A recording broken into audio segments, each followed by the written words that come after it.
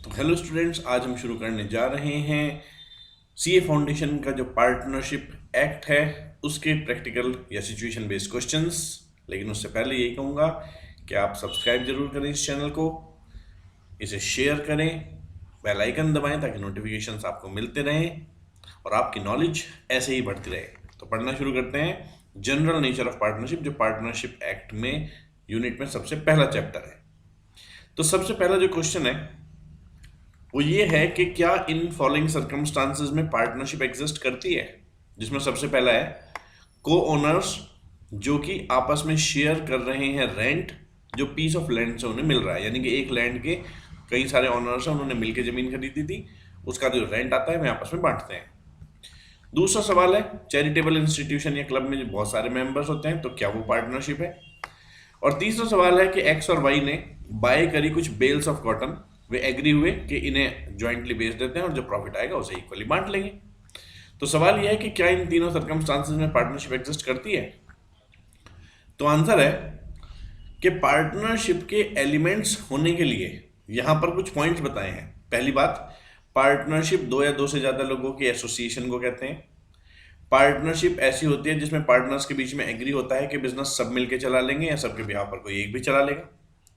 Partnership हमेशा कोई ना कोई बिजनेस कैरी ऑन करने के लिए ही बनाई जाती है।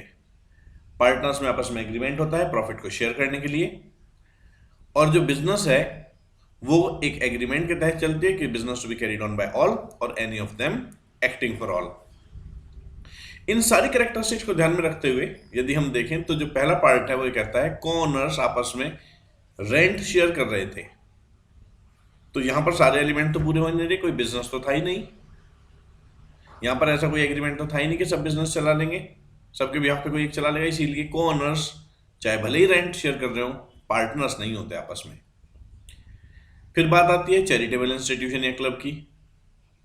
चैरिटेबल इंस्टीट्यूशन या क्लब चाहे तो पार्टनरशिप में बना सकते हैं, लेकिन जनरली ये चैरिटेबल पर्पज के लिए बनाए जाते हैं, इसीलिए ये एसोसिएशन ऑफ पर्सन या बॉडी ऑफ इंडिविजुअल्स के रूप में बनाए जाते हैं। यहां पर कुछ स्पष्ट दिया नहीं गया, इसलिए हम लिख देंगे कि चैरिटेबल इंस्टीट्यूशन क्लब चाहे तो पार्टनरशिप में बन भी सकते हैं। हालांकि जो जॉइंट स्टॉक कंपनी है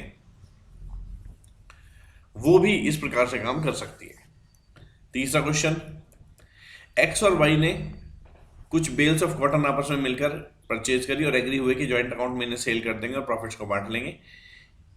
इन सर्कमस्टांस को देखकर लगता है, क्योंकि यहां पर बिजनेस भी है प्रॉफिट शेयरिंग भी है, तो इन सब सर्कमस्टांस को देख के लगता है कि यहां पर पार्टनरशिप एग्जिस्ट करती है।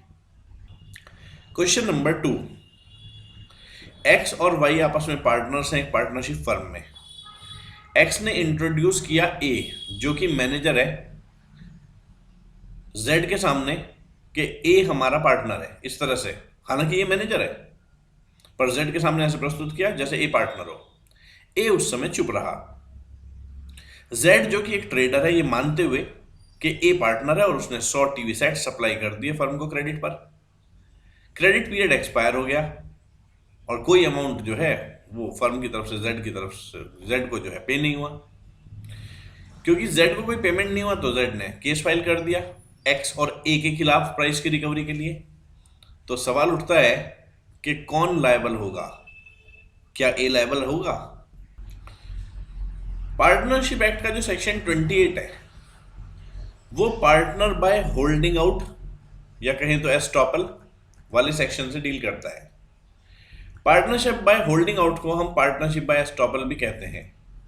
यदि एक व्यक्ति अपने आप को पार्टनर के रूप में दर्शाता है या दूसरे को ऐसा करना अलाउ करता है तो फिर बाद में वो मना नहीं कर सकता कि ऐसा नहीं था। यदि किसी ने इस बिलीव पर एक्ट किया, जो थर्ड पार्टी ने जैसे सामान बेच दिया फर्म को मानते हुए कि ये बंदा पार्टनर है क्योंकि उन्होंने खुद ही अपने कार्यों से ऐसा दर्शाया था, या जब दूसरा दर्शा रहा था तो मना नहीं किया था। इस इंस्टेंट केस में भी एक्स और वाई पार्टनर्स है फर्म में और एक्स ने इंट्रोड्यूस कराया ए को जेड के सामने जैसे कि ए पार्टनर हो और ए भी उस समय चुप रहा। जेड ने बिलीव करते हुए कि ए पार्टनर है 100 टीवी सेट क्रेडिट पर फर्म को सप्लाई कर दिए। क्रेडिट पीरियड बीत जाने पर भी जब पैसे वापस नहीं आए और जेड ने केस फाइल करना चाहा तो वो प्राइस के लिए रिकवरी के लिए सू कर सकता है एक्स को भी, वाई को भी और ए को भी। इस गिवन केस में यहाँ ए जो मैनेजर है वो लायबल रहेगा, क्योंकि उस दिन चुप रहकर उसने आपको ये दर्शा दिया था कि वो भी तो पार्टनर है और एक पार्टनर के काम के लिए सभी पार्टनर जिम्मेदार होते हैं। इसे हम पार्टनरशिप बाय होल्डिंग आउट के नाम से जानते हैं। क्वेश्चन नंबर 3, एक पार्टनरशिप फर्म के अंदर पी, क्यू, आर और एस ये पार्टनर्स हैं। एस फर्म से रिटायर हो जाता है, कोई पब्लिक नोटिस नहीं दिया जाता उसके रिटायर होने का, ना उसके द्वारा ना फर्म के द्वारा, और उसका नाम भी लेटर हेड्स में यूज होता रहता है।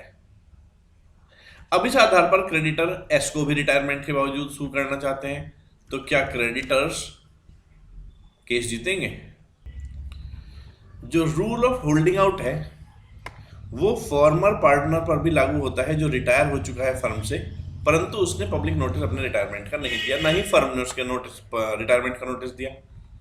ऐसे केस में पर्सन जो बाद में रिटायरमेंट के डील कर रहे हैं और फर्म को क्रेडिट दे रहे हैं इस बिलीफ पर कि रिटायर्ड बंदा अभी भी पार्टनर है, तो वे फर्म को लायबल भी ठहरा सकते हैं, क्योंकि उन्हें क्या पता कि फर्म से बंदा रिटायर हो गया। इस इंस्टेंट केस में भी यही हुआ।